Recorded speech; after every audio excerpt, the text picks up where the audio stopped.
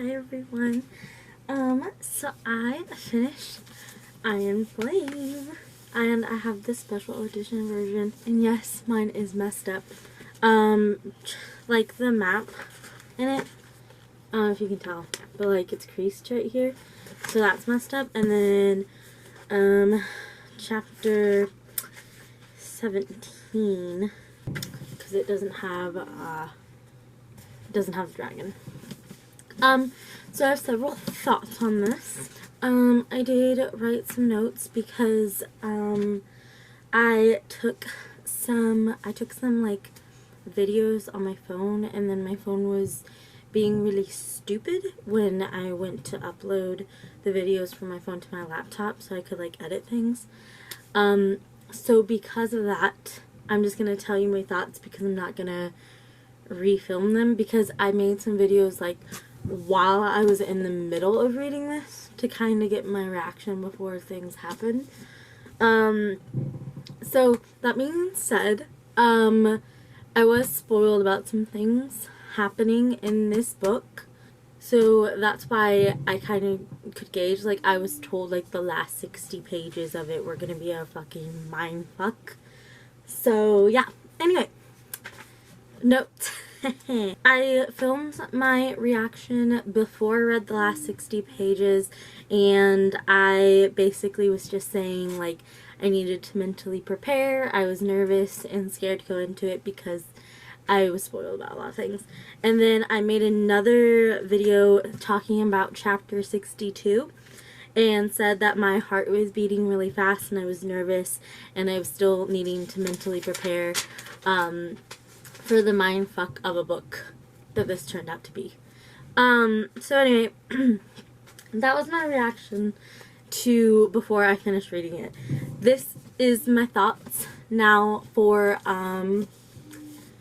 actually reading it. It took me like 2.5 months to finish this book. And it's like, I think it's 623 pages. And which you wouldn't think is that much. It's just that there's just so much, you know. There's so much that happens in this book, and also in the beginning there's so little that happens in the beginning of the book, which is why it took me so fucking long. Actual times of reading this, it probably took me like a week of actual times of reading it. But it was so slow in the beginning. There was just so much of the beginning of the book was just talking about, oh, we need to fix such and such. And it was spent so many chapters, which just kind of felt like filler. Just trying to explain, like, oh, this is really bad. We need to figure this out. And it's like, yeah, we know. We just read, like, 3 chapters of you saying that you needed to figure it out. I don't need to read 20 more chapters. That's a bit of an exaggeration, but that's, yeah, you get what I'm saying. Anyway, it wasn't until like page 240 for me personally until it like ramped up. And I kept reading it because the first book was so good, and I definitely like the first book a lot better than this one. I do like this book. I still think it is a good book, and I still think people should read it. And if you're like me and took a lot longer or haven't read it because you're scared of different things, it is worth the read. It's just, you kind of get to that point where you're reading it and it's so slow that you're just kind of like, should I keep reading this? And the answer is yes. It does become worth it. It's just you have to get through all of that filler to get to the really good stuff. But it was about page 240 because something big happens, and if you read it, you know what I'm talking about. But something big happens, and it really ramped up. It got a lot faster paced. A lot of stuff happened. A lot of stuff was revealed. It is a 7-book series, so just know that going into it, if you haven't read the first book, which is Fourth Wing, and if you haven't read this one, it is a 7-book series, and those are the only 2 books that are out. Again, don't get discouraged if you're reading it and you're like, what the fuck, this is so slow. Like, keep doing it. It is so worth it, I promise you. You do need to mentally prepare yourself for this book. Like, you need to mentally prepare yourself for this book. Like, it goes from 0 to 100 real quick. There's so much that happens in the ending of the book, but it's still, the ending of the book doesn't feel rushed, and maybe that's because the first part of it was so slow, but the second part of the book There is so much that happens. It'll fuck you up, and it will leave you with a book hangover. After you finish reading this book, you'll be like, what the fuck did I just read? And how am I supposed to read anything else? How am I supposed to do anything else? Because, like, you need like a couple days. For sure. And I'm not being dramatic. I will say, like, I love Violet. I love Xaden. I love both of them so much. I love her dragons. I think that Violet just made things so much harder than they needed to be sometimes. Like, I love her, but sometimes the way she was treating, like, Xaden, I was just like, girl,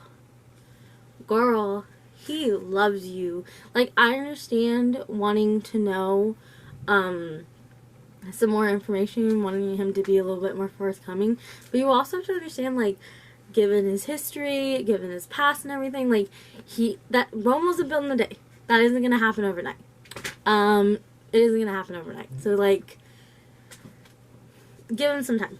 My, like, star rating on this book would probably be 4 stars. It would have been 3 if the pace of the first part of the book kept going. But because of the last, like, half of the book, that raised it a star level because there was so much that happened.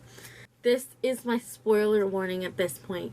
If you continue watching at this point, it's not my fault if you get spoiled on anything because, you know, I'm giving you enough time. So come back to this later if you haven't finished the book. The part, like, okay, so this is something I was spoiled on because of TikTok. So I knew that Liam made a fucking, like, appearance, and I was fucking gut-wrenched because of the first book, because of Liam. I sobbed like a baby.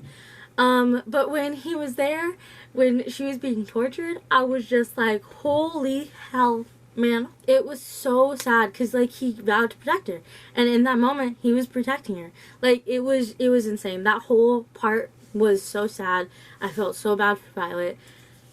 Fucking love Liam. That was amazing. And Dane showed up, and I was just like, because he was good in the beginning, and then he got bad real quick. And so when he, you know, switched up there at the end of the torturing thing, I was like, you better. Her mom dying, Violet's mom dying, holy shit, I sobbed. That was so fucking sad. And then the little blurb at the chapter of her talking to her husband, being like, if I'm gonna die, it's because I'm gonna be protecting my kids.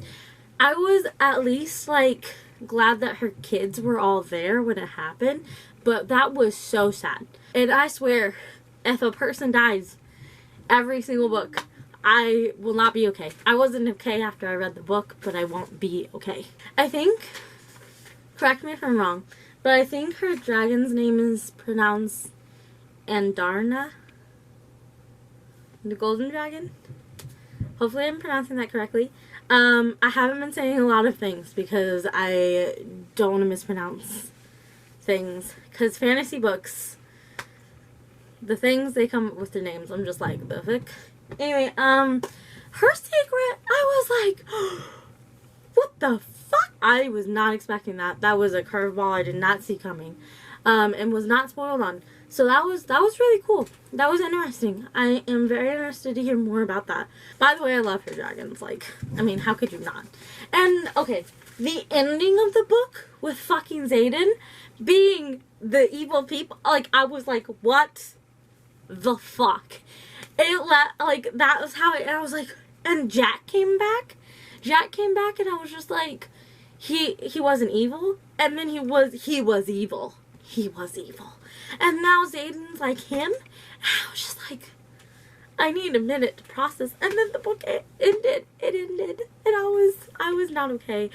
I just sat there for a second afterwards because I was like, what the fuck did I just read?